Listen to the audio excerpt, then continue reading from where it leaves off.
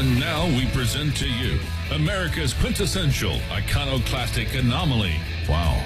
In talk radio, your host, Joe Cristiano. Folks, it's time for us to take back control of our government. Now, before this bureaucratic, oversized, and self-serving federal government starves us of our property, our freedom, our rights, and our liberty. But to do this, we must shed conventional thinking regarding our political structure. We need to be revolutionaries in thought, dissidents in action. Only after we recognize what our government is doing to our freedom and our Constitution will we start taking it back. And this program is just about that. Welcome to the hallowed halls of the University of Logic, better known as Cristiano's Conservatory, correcting convoluted conversations. This is Liberty Talk Radio. I'm your host, Joe Cristiano, on 1170 KFAQ. Folks, you're listening to an antidote to popular talk radio, and welcome everyone. Well, I'm going to confess to something. Uh-oh. Yeah, you know, You're going to confess? This is a confession. Yeah, this is a Gary, you need to get behind the curtain. I tell you, I'm going to confess. I love to look at new cars. Oh. Yeah, I do. Who doesn't? And the new smell and everything? Yeah, that's the new smell. But I only look at the cars that are like 55, 65, 75,000. For example, I went to Toyota, and I didn't look at the Toyota cars. I looked at their four-wheel drive pickup trucks, their Land Cruiser, which was like $79,000. The big kahunas, yeah. Yeah, I do that. Now, I do that for a reason. It's a psychological awakening for me. You see, I go there, and if I go to Mustang, for example, Ford, I look at the Mustang Cobra, not the regular Mustang. I want the $68,000. The Shelby, Mustang. yeah, Right. I want the $68,000 car. I sit in it, look at the engine, talk to the salesman about it, and I tell him I'm not just looking. I don't make any pretense. But I'll tell you why I like to look at new cars, because I never buy them. No, it sounds crazy, right?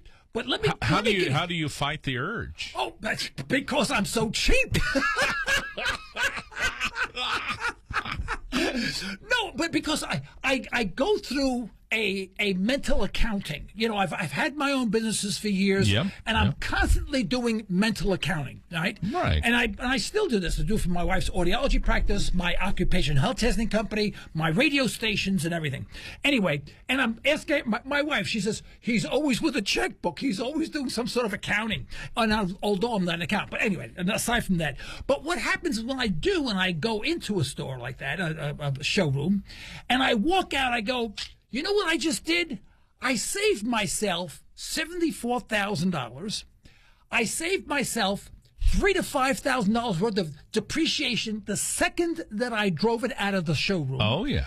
I saved a couple of $1,000s in automotive registration, and my insurance compared to the old car that I have would be probably $500 to $1,000 more a year. So I leave, and I am just pumped up. I can see why. I feel so good. Now, I mention that not only because I think it's an interesting story, which it is not, and I have to admit, but because once the American public starts thinking more rationally, and that's rational thinking. I mean, you buy a car for $78,000, you drive it off, and you say, I don't want it.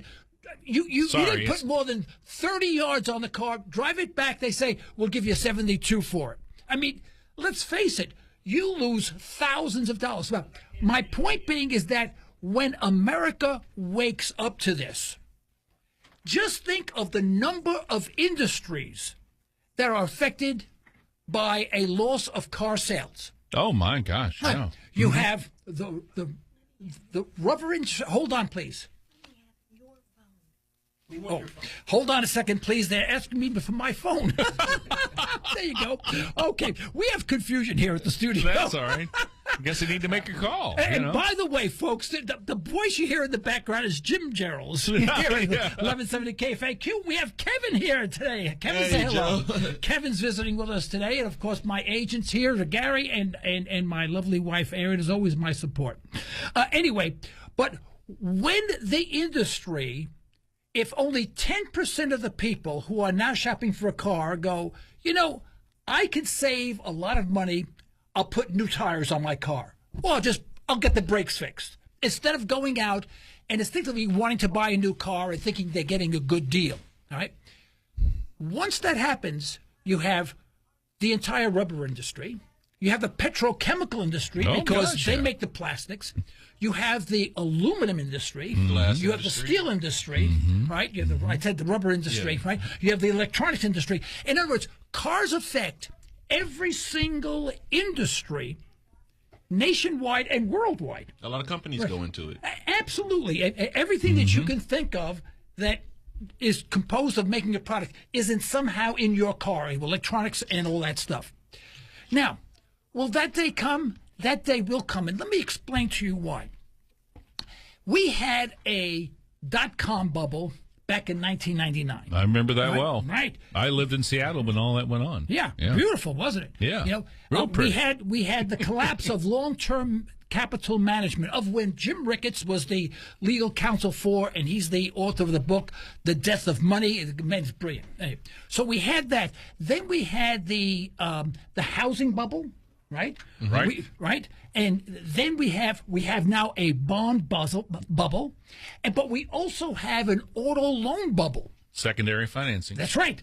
Right now, I've got the numbers, but I think 47 or 48% of the loans being given out for cars are subprime. In other words, we have cars coming out because people don't realize when you have a car manufacturing plant, you can't slow down the thing. You can't say, hey, sales are slow today. Slow down the assembly line. It don't work that way. Yeah. I mean, when they go, they go. If remember years ago, I mean, I'm talking decades ago, I would go into a automotive dealership and say, I want to buy a Chevy 2, with the 350 engine, no rear seat, things like that, right? 354 barrel engine, 427. Right. I want the 4-barrel carburetor, car to car, the whole bit, right? And they would write this down, and what would they do is they would order the car. Right now, they had some cars there, but in New York, there's no room for cars. So you would order a car and it would be shipped. Right? Yeah, they just didn't have what you wanted on the lot. That you had to customize it. But today, they just come off the line, right? And when it comes off the line, the dealers have to buy them or they lose their dealership. Right? Have you ever noticed they always have everything on them, even the little cars? That's right. Yep. Everything on There's every no excuse car. to say no. All the bells and whistles. Yeah. I want to go, and I want to go. In fact, I went to a Chrysler dealership a few years ago when the Charger first came out with the Hemi. Yeah. See, I thought, I was thinking 1961, 1958. This is because I'm a muscle car guy, and I went there. Mopar. And I was so excited. I told my wife, I said, "Give me a check." She gave me. I says, "I'm buying my Hemi back because I built the first." No, I built one of the first Hemi engines, a 241, which is called a 240, out of an old Dodge. And I'm an old Hemi guy. I took the thing apart. Phenomenal engine. Anyway, I'm a real Hemi lover. Anyway, so I go to the store. And my wife says, buy it. She didn't ask how much. I didn't care how much. I was buying Hemi. I walk into the store, and I'm sitting there, and I'm shaking. I'm literally shaking because the Hemi finally came back, and I couldn't wait to get my 2-door sedan, A kid in a no candy rear store. seat, 5-speed transmission, a Hemi with 2 4-barrel Harley carbs, 960 CFMs, you name it, 411 rear, positive track, you name it. I got the whole thing down, right? I go in there. And I'm speaking to the salesman, and I'll tell him this is what I want. He thinks I'm crazy. No, the guy was scared of me. He was afraid. He calls the sales manager. The sales manager comes over, not to say, can I help you? He says, what seems to be the problem? I said, I want to buy a car. He goes, well, there seems to be a problem here. I said, why would there be a problem with a bike? I said, this is what I want. He says, what are you, a wise guy? I said, what do you mean a wise guy? I didn't realize they didn't make 2-door sedans. They only made 4-door sedans. I said, no. And I kept on doing this. I swear to God. I kept on saying, no. Every time they said something, I went, no. Like that. And they really thought that I was nuts. Well, I am nuts. Well, I was going to say. Yeah. Anyway, my point being, that's a side story. That's a side story. But, my point being is that, when people get strapped to a point and the subprime lending starts getting tight, these cars are going to wind up at airport runways, lining up airport, because there's going to be no place to put them. It's going to affect every industry. With zero mileage on them, too. Zero mileage, and you're going to have a bust of the bond bubble. You're going to have a bust of the automotive bubble. Because most of them deal on speculation. Right, and you're going to have a bust of the stock market. Now, don't wait 10 years, folks. Within 2 years, you're going to see all this happen. And when it does, and especially with the arrogance of the United States. Oh, my God, yes. Merkel just yesterday said to the United States, they said, get off our backs. We'll do business with who we want. You have no right telling us what the hell to do. And everything is falling apart. In relationships. Yeah, relationships. Absolutely. Yeah. And people we're forcing people with FATCA now and the reporting, and I can go into that for hours, which we may do later on. But anyway, be prepared, folks. Just be prepared. Now, I do have an announcement to make before we go. How much time do I have before our break? You got about 3 minutes. All right. Well, maybe I can do this in 3 minutes. There are two what I would consider cogent talk show hosts, both of whom are going off the air on September 1st. The first and foremost would be Peter Schiff. Peter Schiff, yeah. Peter Schiff has a premium program which you subscribe to, 2 hours a day. Listen to him every single day, right? Because he's plain speaking and he talks logically, and there's no bull. I never disagree with the guy saying, oh, that guy's garbage. He understands what's going on. He's a brilliant guy. He's been doing this for umpteen years, and he opens my mind. And he's one of the people that are responsible for me thinking the way I do. But unfortunately, come August 31st, no more. Now, he will have the blogs and whatever. Now, if you notice that CNBC doesn't have him back on there anymore, none of the main people have it, because he's talking about the truth. He's talking about things that I talk about when I say, watch for the automotive that's bad for business. It's bad for business. Truth is bad for business. You're right, Kevin. It's terrible, right? Well, the second cogent talk show host that's going off the air on September 1st is me. Liberty Talk Radio will no longer exist on 1170 KFAQ. This is our next to the last broadcast, and I'm sorry to say this. This has been part of me for 2.5 years. And when I say part of me, you have no idea what that means. When Peter Schiff explained why he was taking his program off the air, I could have used each word that he used, replicated it, and said that's exactly what I've been going through. And basically it's this, folks. It takes a lot to put this program on. It may seem easy. It just may seem easy. Try it someday. As Glenn Beck said and on this program recently, he said, I've had several jobs in my life. The most difficult one was being a talk show host, and that was the one that looked the easiest. And he talks about Alex Baldwin and his failure in being a talk show host. Well, what has happened over time is I have more and more people who are dedicating more and more of their time to make this program a success, and it has been a success. I mean, I'm sort of like a little local celebrity, and it makes me feel great. You're my hero. Yes, thank you very much, Kevin. You're my hero, too, I just Joe. paid him $5, you know that. But no, hey, but seriously. You're my hero, dude. I want to get $5, too. There we go. You're not getting squat.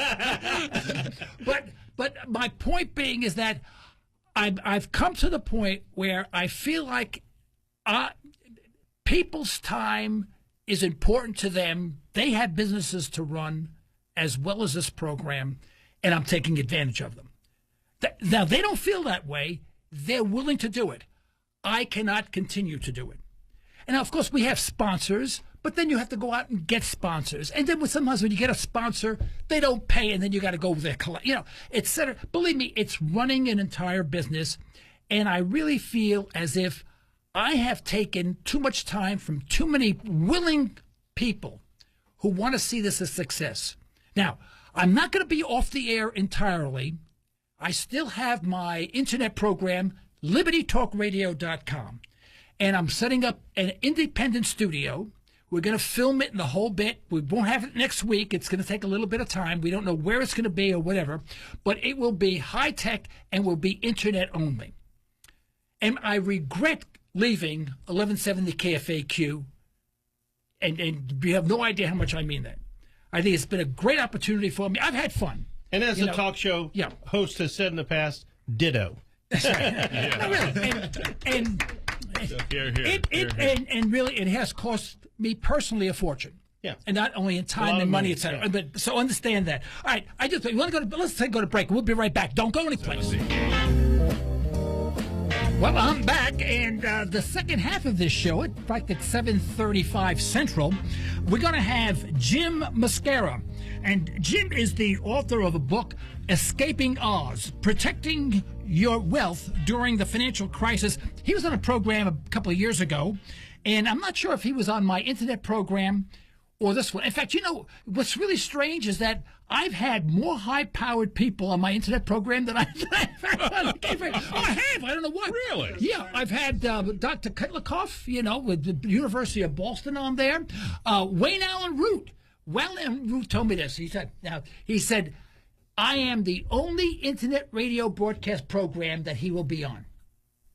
Respect. Yeah, and that's something. He said that when he came on, he says, I want you to know you're the only internet radio broadcast that I'll ever be on. Yeah, he's been a candidate for president twice now. Yeah, and he's going to run for president soon. Yeah, and I'll be speaking to him soon. Also. For some favors. Anyway, we're going to be. He wants to talk a little bit about the ending of QE, the recent stock market reactions, and where he thinks the market sounds like is an going. exciting guest. I'm curious. I got a million questions for him because I want to make tons of money. Okay, and here's Lloyd. Lloyd from Henrietta, I'll bet. Yes, it is, Joe. Lloyd, thank Lloyd. you. How's it going? I sure don't want to see you go, Joe. Oh, thanks. You know, we've got on television is primarily, with the exception of Fox News, is controlled by the big government Democrats, and the AM radio is primarily controlled by the big government Republicans. Both of them believe in, getting a majority in Congress and being able to coerce and subjugate the minority into doing the things the way they want them to do, whether it's the welfare Democrats or the warfare Republicans, and you're the only one in between, Joe. Well, Lloyd, thank you. And you know how much I appreciate your listenership and your support and your words of wisdom, and you know I sincerely mean that. But I can respond to that. Now, I have had many, my wife included, by the way, say, don't go off the air. The only person, the only entity that has not encouraged me to continue broadcasting is KFAQ. Now, that's a condemnation in a way. I mean, I realize that, and I don't mean to be nasty about it, but you think you would have received one call saying, what are you doing? You know, I know this program is a success. You know why? Because no matter where I go, people, they see my shirt. I brand myself 24 hours. I sleep in a Liberty Talk radio T-shirt, okay? And people stop me all the time. I go to the Heart Center, someone sees me, oh, I listen to your program. I know there are listeners out there, and I know they're rapid listeners, like you, Lloyd. And yet, the only people who have actually said, goodbye, was KFAQ. So, I mean, under that auspices, I said I have to say goodbye. And we're not going to be off the air. We're going to be on the internet. I'm going to be on the internet, yeah. And, we may go with another national radio at some point. Yeah. I may buy my own station and my own FM or AM station. I may do that. I had an opportunity once. I didn't do it because I didn't know too much about it.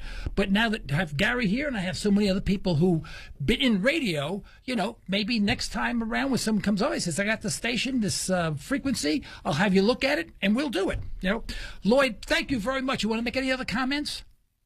No, I just wanted to make my comment that I hate to see you go because there needs to be a freedom voice out there because, like I say, we've got the two big government parties out there controlling the television and radio for the most part. I agree. Lloyd, we've never met you. We've only heard you on the radio, and at some point, do you ever get up here to Tulsa? Rarely. He's in Henrietta. Henrietta's a nice place. Oh, well, we're coming through. We should visit. Lloyd, thanks a million, and you take care. All right, thank you so much. Hey, the other day, 2 days ago, I was driving south on Harvard. And this is interesting. And there is construction. They're resurfacing the road between 71st and 81st. Why, I don't know. Continual construction. Yeah. Anyway, so I pull just south of 71st, and there's a workman there, and he has a pole with a sign on it that says stop, and he stands there. And I'm standing there for, several minutes. Here's Joe's mind turning. I say, wait a minute, there's something wrong with this. Here is a guy, a grown man whose only job is to stand with a pole, right? And on one side of the sign it says stop, and on the other side it says slow. Yeah. Right? And then he gets word, someone whistles or something like that, or whatever. Two-way radio or whatever. I don't think he had a radio. And I think they go, hey, Bobby, Yeah. And they say, let him do. He takes the pole and he turns it around. There you go. In other words, he flips his wrist, right? Now, but that's a lot of work, Joe.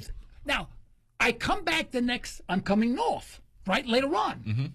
Same people there doing the same thing. Here's my talking point. Okay.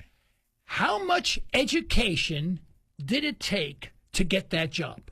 At least a bachelor's. Well, today, a bachelor's degree wouldn't do it.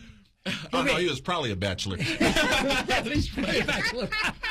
That's right. But see, my point being, zero education. Now, let's assume for a second the person was, and I'm not being, I'm mimicking nothing, but let's assume the person was mentally very slow or a retard. And I don't mean it to be facetious or nasty. Yeah. He can do the job, right? Now, why would you hire? And now you have to pay $7.25 an hour. It's going to go higher than that for this guy to stand there.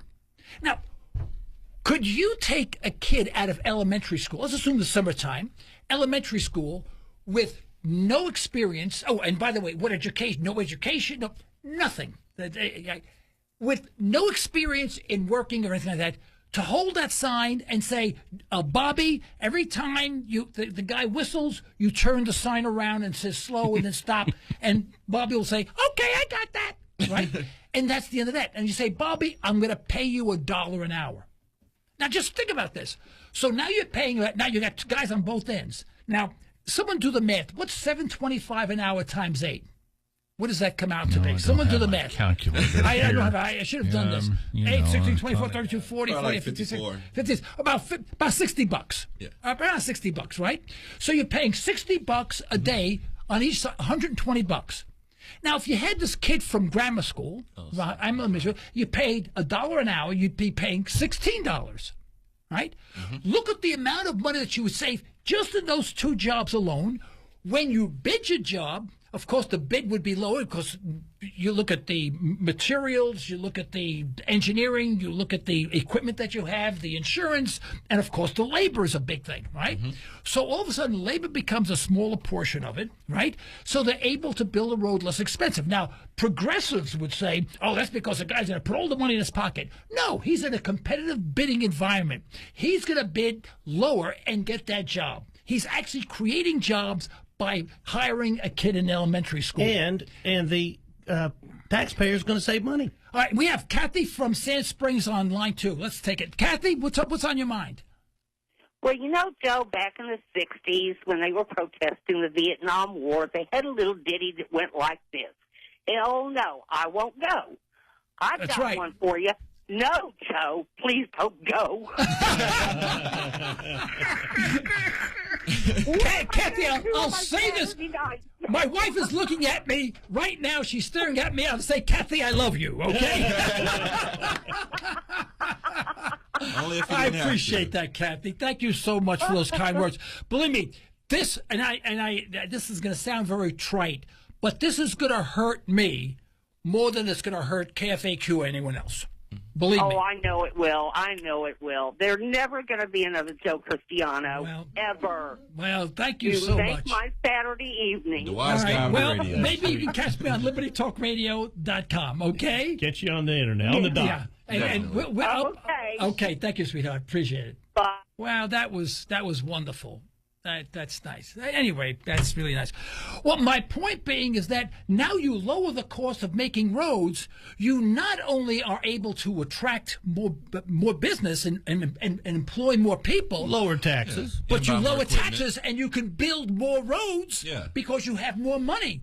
So all of a sudden, people have more money to spend because they're not spending on taxes. See, the Federal Reserve keeps on saying, "Geez, we need inflation." No, we need deflation. Exactly. We need to become more productive, so that when we're more productive, the prices of items, of things, labor and commodities goes down, right? So we can produce more of it. More people can afford to do it. We need to go on our break. Don't go away. We're going to have Jim Mosquera with us. All right, let's go. .com. All right, on the line we have Jim Mosquera, the author of Escaping Oz, Protecting Your Wealth During the Financial Crisis. And Jim, you're going to square us away and make us all rich. Am I correct? Well, I don't know about that, but I do want to thank you for having me on the show again. Oh, our pleasure. Thank you so much for returning. I appreciate you sending me the email.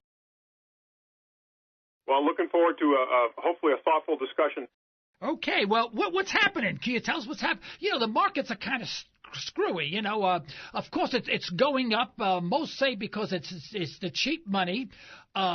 People don't know where to put them. You can't save money because you lose. It's negative interest rates, actually, in real terms. People don't know where to put their money, and most people don't have money. But the market keeps on going up. If for some reason the talking heads on CNBC News and those idiotic programs seem to base the economy on the depth or the price of the stock market. What's your take on all this? Well, you bring up a lot of interesting points and really a lot of things that I agree with what you said. If there's a word that I would use to describe, and not just the stock market, but I would also say the credit markets to a degree, is the word is complacent. And complacency generally occurs when a market is near the end of its run. I'm not going to sit here and try to predict the exact point, but I've written some articles about that recently. And one of the things that I look at as contrarian indication is what do the advisors think about the market? I mean, are they overly bullish or overly bearish?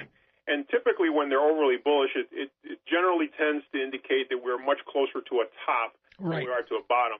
Yeah. And, if you go back to June, the advisor survey that Investors Intelligence does noted a 62% bulls. And this really does count as an extreme reading. If you want to consider how extreme that is, consider that since 1987, so the great stock market crash in October of that year, there have only been 3 readings above 62%. The other 2 occasions were in 2005, which was near the real estate top, and then, of course, 2007, near the historic stock market top. Right. So we are, from an investor's advisor standpoint, incredibly bullish right now.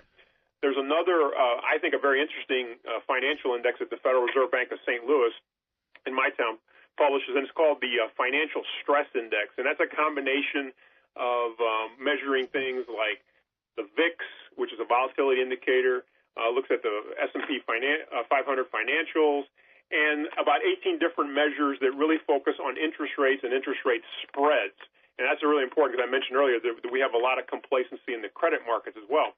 Well, right now we are, again, looking at some very, very historically complacent readings in that particular St. Louis Fed Financial Stress Index, which, again, if you want to look at it as a contrarian indicator, it tells us that we're much, much closer to a top than we are to a bottom.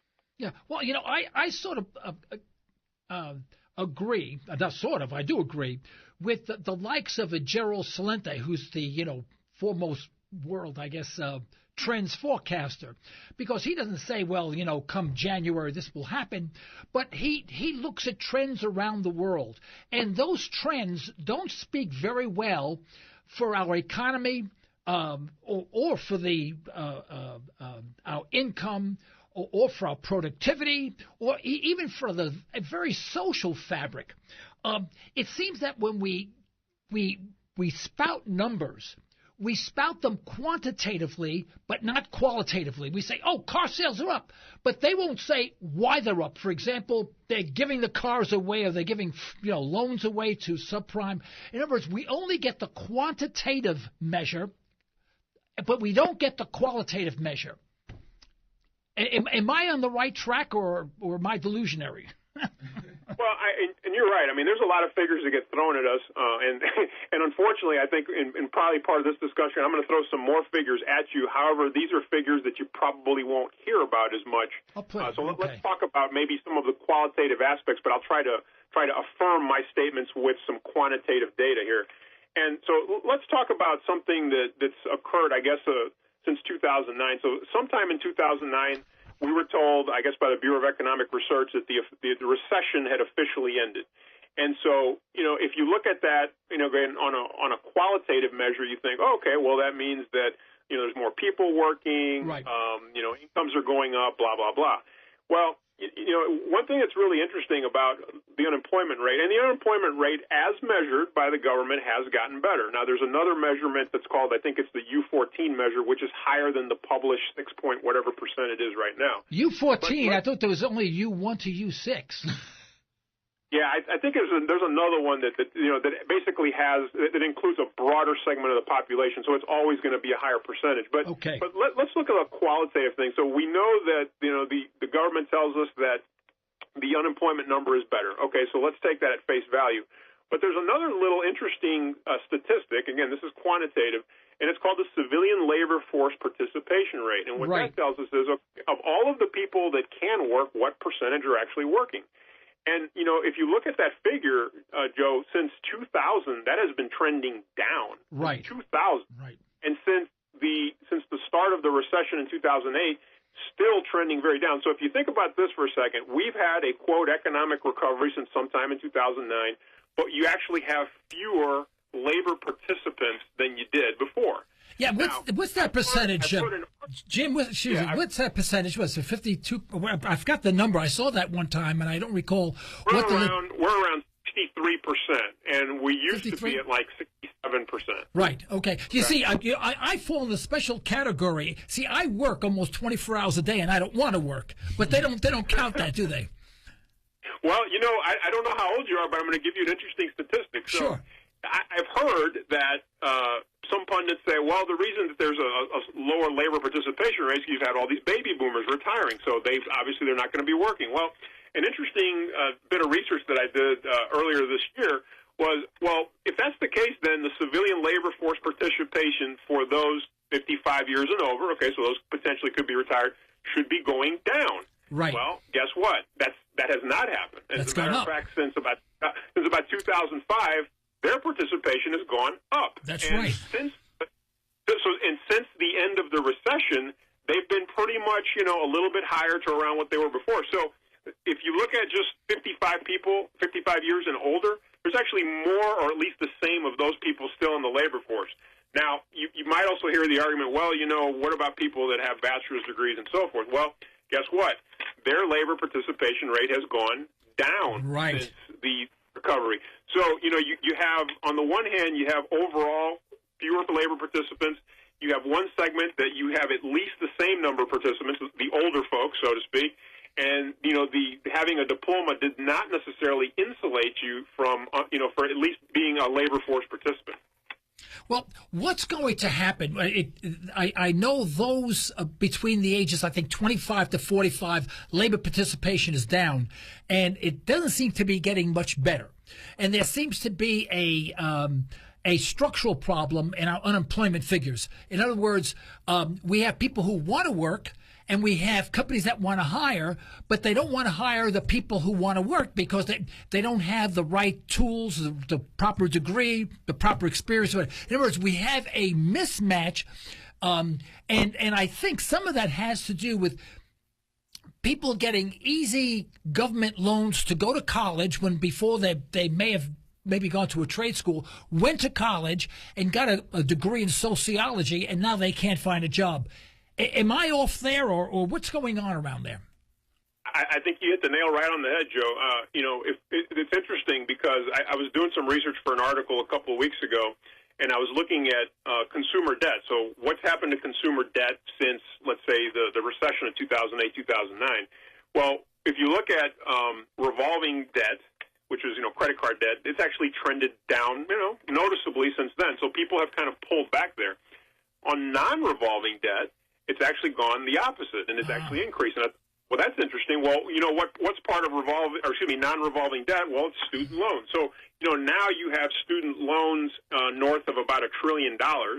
As many of you probably that are listening know, that's not dischargeable in bankruptcy. That's correct. So you're always going to owe that to the federal government, and you're absolutely right. I mean, the cost of going to school now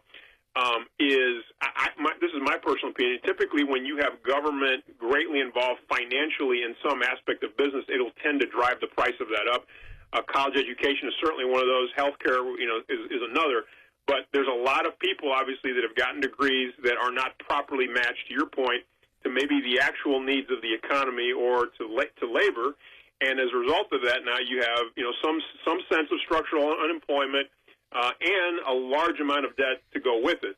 Now, you take all that together, all the things that I mentioned to you about labor, and this pool of educated folks with bachelor's degrees that are not working. Well, it makes for some pretty significant, a very ample pool of labor.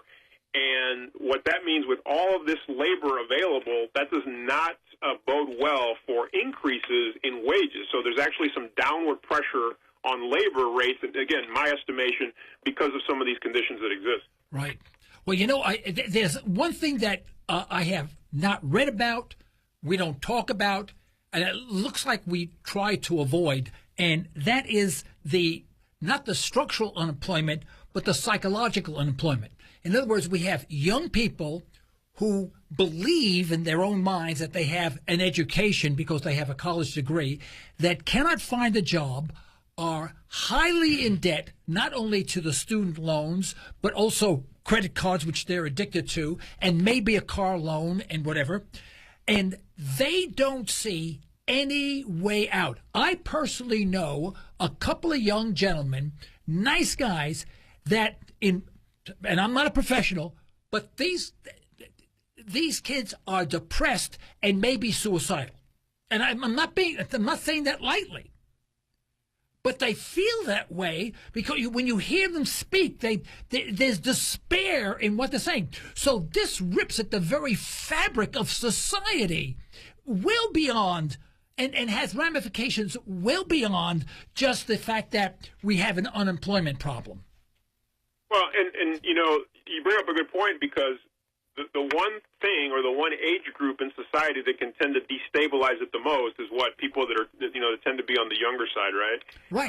And if you look at societies where the unemployment among, let's say, youth or even early adulthood people is high, it does tend to create a lot of potential instability. Now, the instability in this particular country is going to be mitigated because you have a social fabric that tends to catch people, a social safety net that tends to catch people.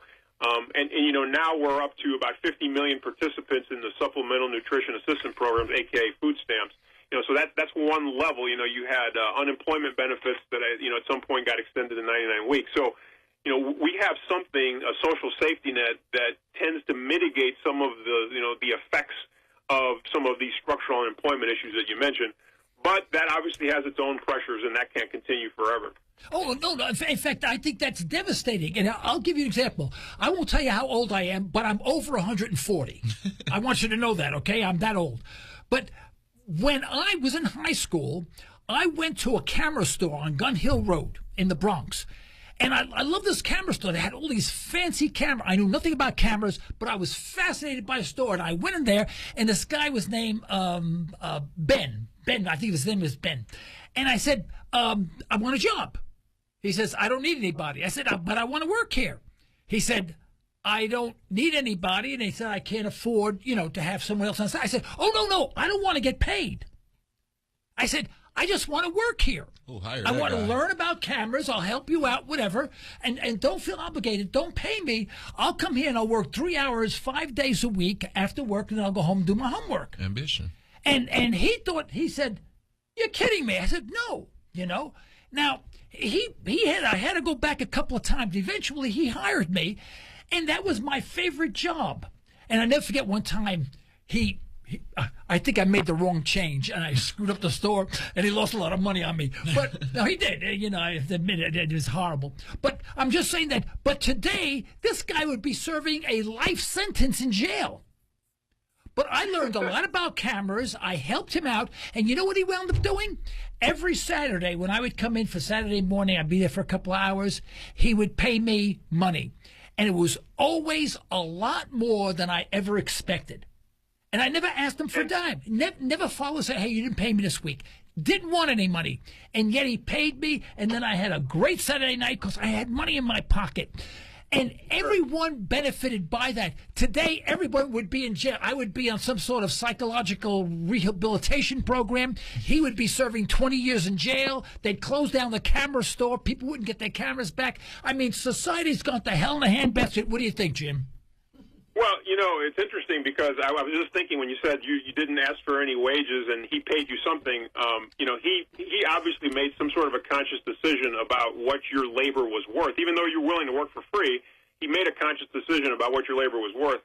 You know, today you have minimum wage laws, which there's been obviously more controversy about certain states, like I believe Washington, Oregon, District of Columbia, you know, asking for higher minimum wage rates. And you know, that's something that I think probably needs to be looked at in more depth, and not just from a political sense. And I don't know if our discussion will head into politics at some point, but this is something that I wrote an article about, which is, you know, there's a minimum wage, but guess what? In different states, it means different things. You know, South Carolina, you know, they don't have a minimum wage. State of Wyoming says it's $5.15. If you're in Oregon, they say no, it's $9 or more. You know, the federal minimum wage right now, I believe, is like $7.25, $7.25. And if you look at what's happened, we talked about earlier about labor force participation and so forth, the minimum wage has gone up, and labor force participation has actually gone in the other direction. Now, I'm not saying that the correlation is perfect, but, you know, the fact that different states have different minimum wages and the federal minimum wage means something. I mean, it's very, very difficult if you think about it. So, I mean, let's just forget the argument about whether a minimum wage should exist or not. But I'll ask the person that says, well, yes, we should have a minimum wage. So my question to them would be, well, what should it be? Right. And that's a very, very difficult question to answer because the reality is there is no specific answer to that because it depends, right? It depends on, you know, how much labor output. Well, for example, in my case, he paid me enough money so I can take Roseanne DiNapoli out, who sucked my face off, right? And she was. I tell you, this girl kissed me all over the place. It was amazing, you know. And I love going out with her because her brothers were big, strong. I mean, known guys. No one screwed with me if I was going out with Roseanne, you know. Anyway, but it served the purpose. I was happy. She was happy. My lips were happy. Everyone was happy. Let me tell you about a wage rate that would make somebody very happy. So I found a story.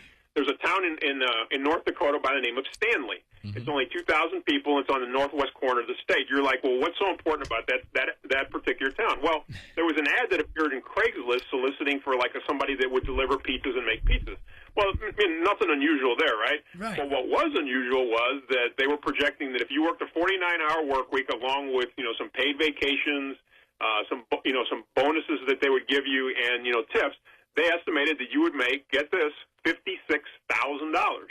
Now, so you're thinking, well, why would a little bitty town in Stanley, North Dakota of 2,000 people pay that much, you know, for making pizzas and delivering pizzas? Well, I mean, it sits on the Bakken oil formation. So, you know, there's boom times going on there, right? And the economy of that particular area, the person, I guess, that owns that pizza parlor thinks, hey, it makes sense for me to pay somebody $36,000 in salary and then probably $20K in tips that they're going to get, a $56K package to deliver and make pizzas. Now, if somebody did that in St. Louis, Missouri, where I live, they'd think you were crazy, right? But nobody mandated what that person, that business owner, you know, needed to pay to make pizzas. It was the economic conditions that dictated. So whenever you hear discussions about minimum wage, I would just ask your listeners to ask the question, what should it be? And it's a very, very difficult, if not impossible, question to answer. Well, and plus, this is Gary. I hate to butt in here, but I've got to butt in. You know, the who in the heck makes this person work for you anyway? I mean, do I go out and hold a gun to their head and say, you work for me for $7.25? You know, no one does.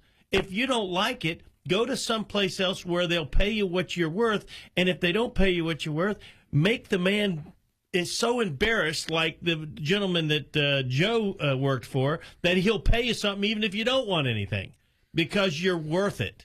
And you just embarrass him for paying you so little. And if he doesn't get it, somebody will get it because you're going to help his bottom line, and he will pay you what you're worth. You realize what you're worth. That's the thing. It's a very, very difficult. And see, nobody, whenever you hear these minimum wage arguments, they're generally politicized because they talk about, well, there needs to be an acceptable standard of living with this wage and so forth. So then my question is, well, should that, if it's an acceptable standard of living that we're looking for a minimum wage, then maybe it should be $20 or $30 an hour. Well, now all of a sudden, if you're a business owner and the government says you need to pay somebody this minimum wage that derives an acceptable standard of living, and it's $20 or $30 an hour, well, as a business owner, you have to make adjustments for that. In I believe it's in the country of France, the minimum wage is about over $12 an hour. Well, and then in McDonald's, what did they do? They replaced some of their workforce with kiosks. I've been to Walmart and Lowe's and even some of my local grocery stores, and there are places, right, that you don't have to go and see a cashier. You can just do it yourself, right? So, you have to be very, very careful about mandating things like minimum wage because at some point in time, you're going to have business owners that are going to look to accommodate that, and one of the ways to accommodate that is going to be through automation, and that's obviously not something that will assist, in labor force participation. Right. Well, Jim, let me ask you, are people moving to areas of employment? In other words, are people going from Detroit, for example, where they can't find a job, and going to North Dakota where there's drilling going on and there's a need for labor? Are people moving, or are they sitting still because they figure, well, they can get some government assistance for staying put? I know, and I don't have these statistics off the top of my head, Joe, but I know that there are some states that have experienced, a population drain. We know that there have been some transitional population movements towards, some of the Sun Belt, so to speak. But one thing that is going to lock people from moving right now is what? It's mortgage debt, right? There are, I have 7-10 million homes, right, where they are still underwater, and the prospect of selling a home where you're underwater and then taking into account real estate sale fees and so forth makes the proposition of moving almost impossible. So that migratory pattern that you might have had in the past right now is somewhat locked in by somebody that literally can't move because they can't afford to move because they may not have enough in savings to make up for the fact that they're going to have to pay off that mortgage that's going to be more than the sale of their house. That's right. So that's right. People are really stuck, and they got thinking they were going to get rich on their mortgages, wound up being a bottomless pit for them.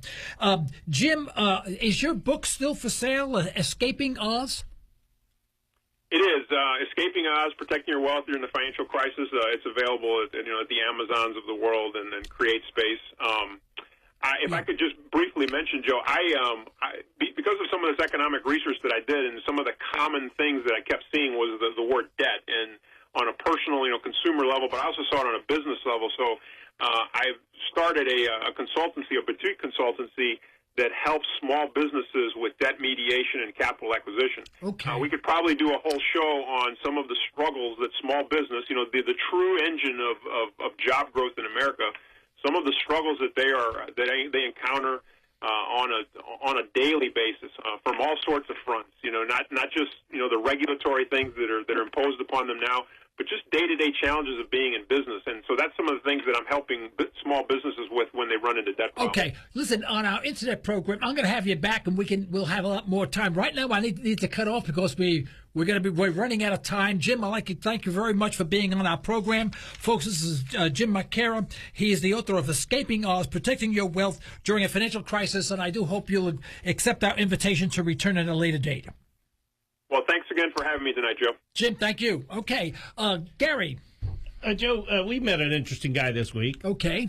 Robert Ray. Okay. And the phone, and he's a retired guy, and he's got an idea that he wanted to share with people about this Obama situation and kind of messing up everything. And he came up with the idea to create a dustpan and broom to, accent on the fact that Obama's going to end up on the dust heap of history. So is that the ObamaDustpan.com? ObamaDustpan.com. And you can order the dustpan. Yeah, right? you can order the dustpan. $4.99. Give it to a friend, and when they get it, it's got his face on it. Okay, and it says great. That. What a great thing to do. Buy a couple, give them to your friends. So go to ObamaDustpan.com and take a look at it. It is really funny. It's a great gift to Folks, get the idea. Okay, great. Okay, this is the end of tonight's broadcast. We'd like to thank our sponsors for the financial support.